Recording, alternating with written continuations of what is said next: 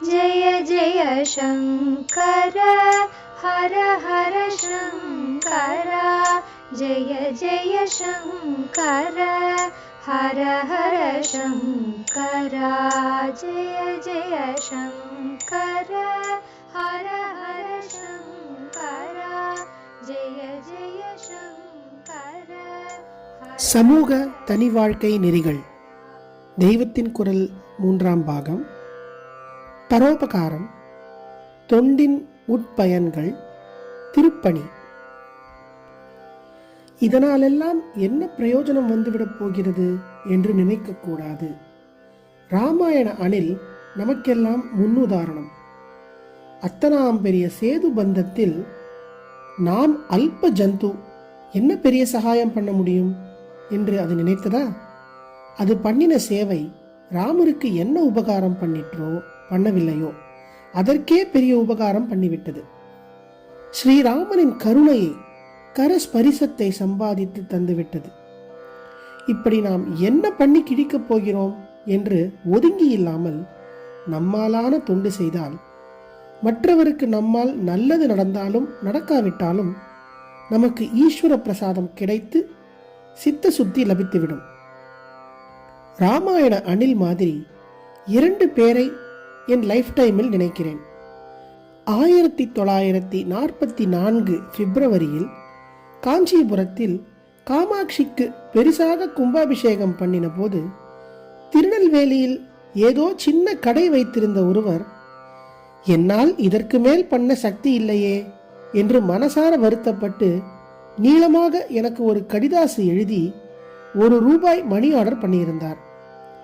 இதே மாதிரி இளையாத்தங்குடியில் ரொம்ப பெருசா முதல் சதஸ் 1962 நடைபெற்ற ஆகம சில்ப வியாச பாரத கிராம கலா வித்வத் சதஸ் நடத்தின போது மெட்ராஸிலிருந்து ஒருத்தர் ₹5 அனுப்பி வைத்து பெரிய டொனேஷன்களோடு கூட இந்த அல்ப காணிக்கையும் அங்கீகரிக்க வேண்டும் என்று பிரார்த்தித்து கொண்டிருந்தார். பெரிய டொனேஷன் எல்லாம் மறந்து போனாலும் அந்த ₹1 இந்த ₹5 என் மனசை விட்டு போகவே இல்லை. முன்னேயே நான் திரும்ப திரும்ப சொன்ன மாதிரி நம்முடைய தானம், தொண்டு இவற்றால் மற்றவர்கள் லாபம் அடைந்தாலும் அடையாவிட்டாலும் நம்முடைய மனசின் அகங்காரம் நிச்சயமாக குறையும். சங்கமாக எல்லோரும் சேருவதால் சமூகத்தில் நல்ல சௌஜன்யம் உண்டாகும். எல்லாரும் சேர்ந்து குளம் வெட்டினால் அப்போது கொஞ்சம் கொஞ்சம் நம் அகம்பாவத்தையும் வெட்டி எடுக்கிறோம். குளத்தில் ஜலம் வருவதை விட நம் நெஞ்சில் ஈரம் வருகிறதே, அது போதும். இந்த ஈரம், அன்பு, அருள், பரமாத்ம ஸ்வரூபத்தை நாம் உணர்வதற்கு பிரயோஜனமாகும். பகவானிடத்தில் பக்தி வர வேண்டும், அவனருள் கிடைக்க வேண்டும் என்றால் எப்படி வரும்? பரோபகாரம் பண்ணி மனசு பக்குவமானால்தான் நிஜ பக்தி வரும், ஈஸ்வரானுகிரகமும் வரும். அனாதை குழந்தைகளின் சம்ரக்ஷணை, திக்கற்ற ஏழைகளுக்கு சேவாசதனம் வைப்பது, பிராணிவதையை தடுப்பது, பசு வளர்ப்பது, பசி கஷ்டம் யாருக்கும் வராமல் உபகரிப்பது என்றிப்படி எந்தெந்த விதத்தில் முடியுமோ அப்படி நம் அன்பை வெறும் பேச்சாக இல்லாமல் காரியத்தில் காட்டினால் பரமேஸ்வரனின் அன்பு நமக்கும் கிடைக்கும். ஈஸ்வரானுகிரகம் எங்கேயும் பிரவாகம் மாதிரி ஓடிக்கொண்டேதான் இருக்கிறது. ஆனால் நம் மனஸ் கல்லாக இருந்தால் கல்லுக்குள் ஜலம் ஊறாத மாதிரி அனுகிரகத்தை நம்மால் தெரிந்து கொள்ள முடிவதில்லை. அதுவே ஒரு துணியை வெள்ளத்தில் போட்டால் அது தானே விரிந்து ஜலத்தை இழுத்து கொள்கிறது. துணியை வெளியே இழுத்து பிழிந்தால் ஜலம் கொடுக்கிறது. கல் மனசை பரோபகாரத்தில் இப்படி லேசாக துணி மாதிரி ஆக்கி கொண்டால் எப்போதும் நம்மை சூழ்ந்திருக்கிற அனுகிரகத்தை நன்றாக உறிஞ்சிக் கொள்ளலாம்.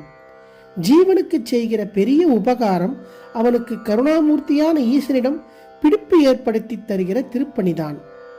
பணி என்றால் சர்வீஸ்.